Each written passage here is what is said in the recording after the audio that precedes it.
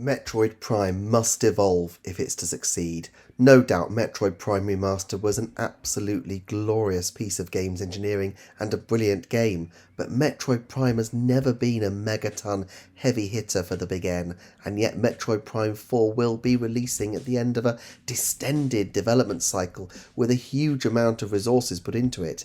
It needs to deliver. But how?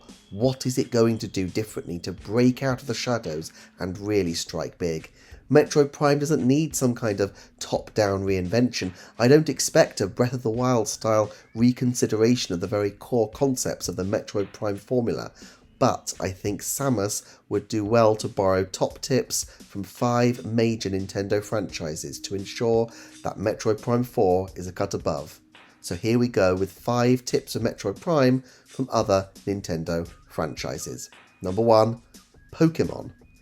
On the surface, Pokemon and Metroid are really polar opposites. One a bright, turn-based kids franchise, and the other a grim, action-packed sci-fi romp. But what people remember about Pokemon are, well, the Pokemon. Finding them, collecting them, and then evolving them, sometimes even naming them and breeding them. Metroid, though, has an absolute ton of memorable monsters and a very strong collectathon vibe with all the creatures to scan. It also has baked into the very early days of the franchise the story of Samus and the baby Metroid.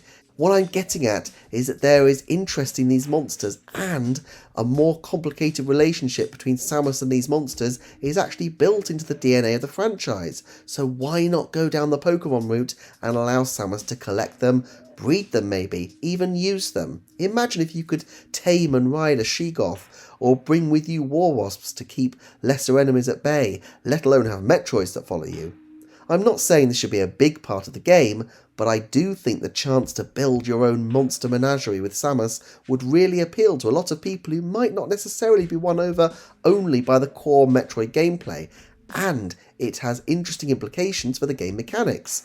Moreover, the lore and biology of these creatures has already been richly and painstakingly worked out by the team at Nintendo and Metro Studios, so why not take it one step further?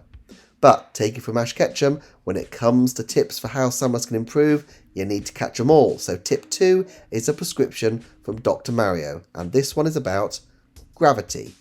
Look, the gravity mechanics in Super Mario Galaxy were amazing. The ability to jump between asteroids and change gravitational pulls added a new set of considerations to simple jumping mechanics.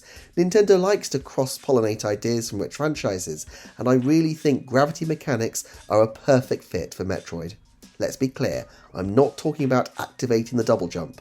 I mean that gravity should be different depending on where Samus is. Low gravity on satellite space stations at the top of a space elevator, high gravity on the surface except perhaps when certain electromagnetic switches are activated or when certain suit upgrades are acquired. Having to factor gravity into proceedings in a much more nuanced way just adds to that delicious sense of realism, while of course not being remotely realistic, as you can't actually jump from one object to another, changing gravitational pulls mid-jump, or adjust gravity on the fly to suit a puzzle-solving mechanic. But it'll feel spacey and different, and frankly it's just overdue. Okay, the next one could be a controversial one, so before the pitchforks come out, let me quickly say, if you like analysis and speculation videos like this, I'd love it if you subscribe to see many more videos, and please hit like to signal boost this channel. Tip 3, Zelda. Okay, I know there is a contingent of people who would love Metroid Prime of the Wild, and although I must admit that idea does sound delicious and amazing, the fact is that Metroid Prime does have its own specific genre, and open air is, in many ways, the opposite of the tight, puzzle box Metroidvanias need to be.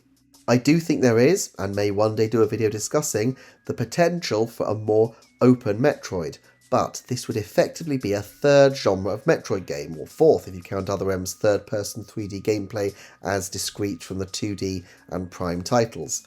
But there is still loads that Metroid Prime should and could learn from Zelda. Firstly, quality of life. Sorry Metroid Prime Remaster, but there is no excuse in this day and age not to have autosaving. It's not cute to have to hunt for the save room on low health to avoid losing an hour of progress.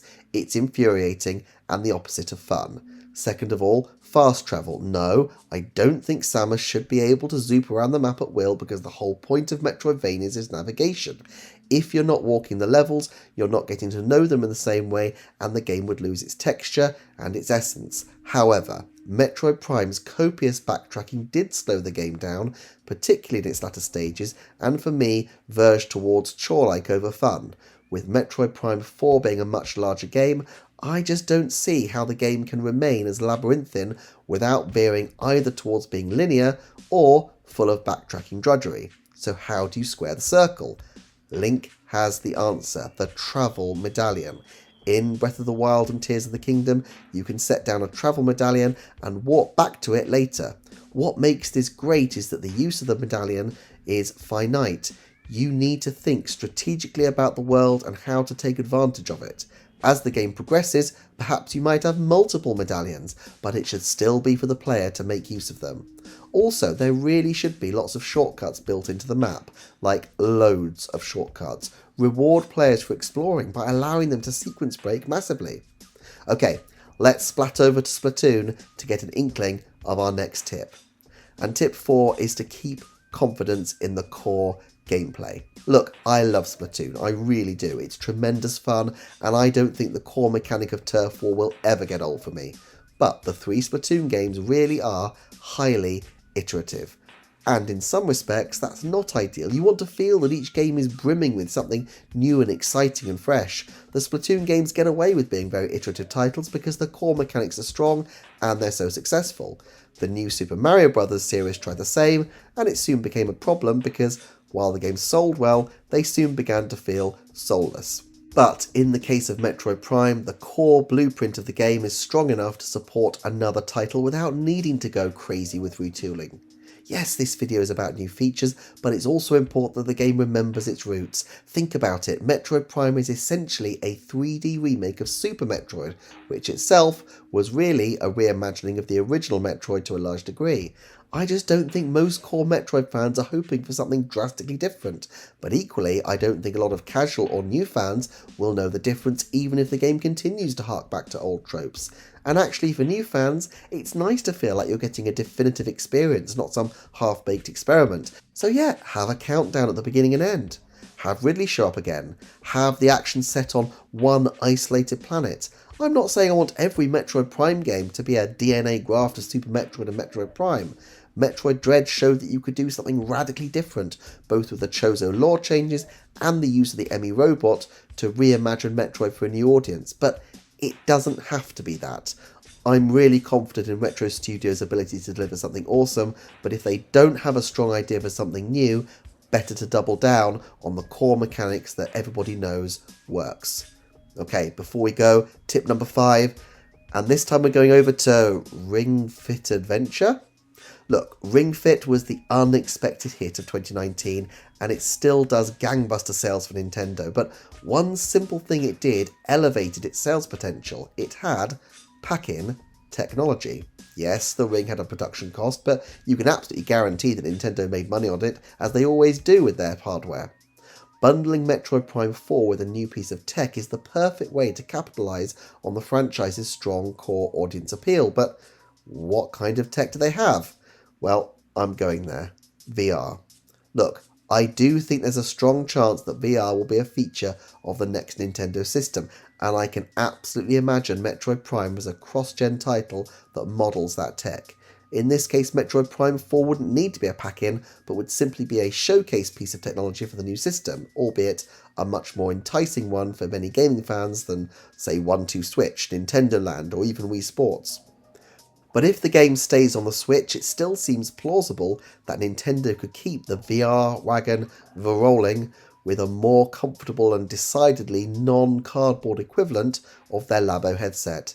They already dipped their toe in the virtual reality pool with versions of Mario Odyssey, Zelda and Captain Toad for the Labo Set 4, so there will be a small pool of games that could take advantage of a clip-in VR headset. And look, the Switch, even the OLED, is never going to be an ideal VR system.